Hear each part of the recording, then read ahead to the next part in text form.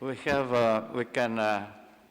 5 minutes for discussion, but we can continue after lunch. Therefore, any question or around this particular,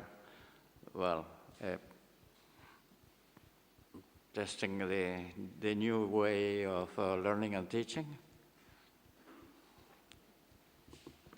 Nicholas? Can I suggest at lunch people reflect on the dramatic difference we heard this morning from the sides of the room? In one case, Dennis very generously, through his company, builds schools because the state didn't.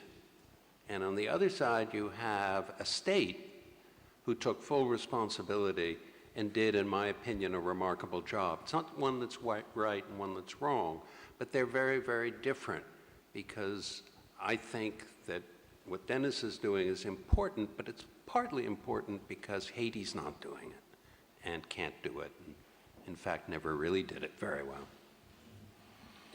Thank you.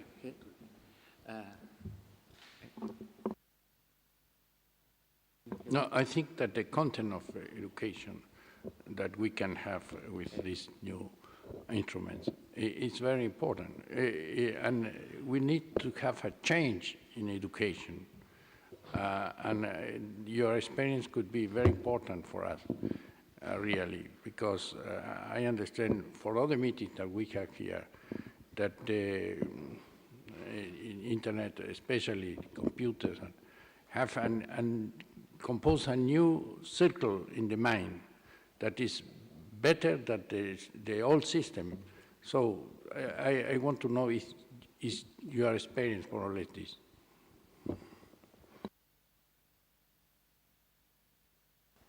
In the cases where children go to inadequate schools or they have no access to schools, in my opinion, it's better. Because what happens is that children, and Sugat Dimitra talks about this in his hole-in-the-wall experiments, but children begin to learn from each other. And it happens organically. And you watch it happen, and you think, this can't be happening. This isn't real. But they come together, and the older sister acts as a teacher for the younger brother, and this one is looking over this shoulders, and technology is conducive to that kind of collaborative learning. So in some ways, it's better, and you have knock-on effects. For what I'd love to study, and what we've commissioned UNESCO to study in this project is, what happens to the self-confidence of a girl who masters technology and teaches her father how to use that laptop or that tablet. What happens to that girl in the course of her life as she masters the technology? And that's important because technology is the one thing that children can master faster than any adult in the room.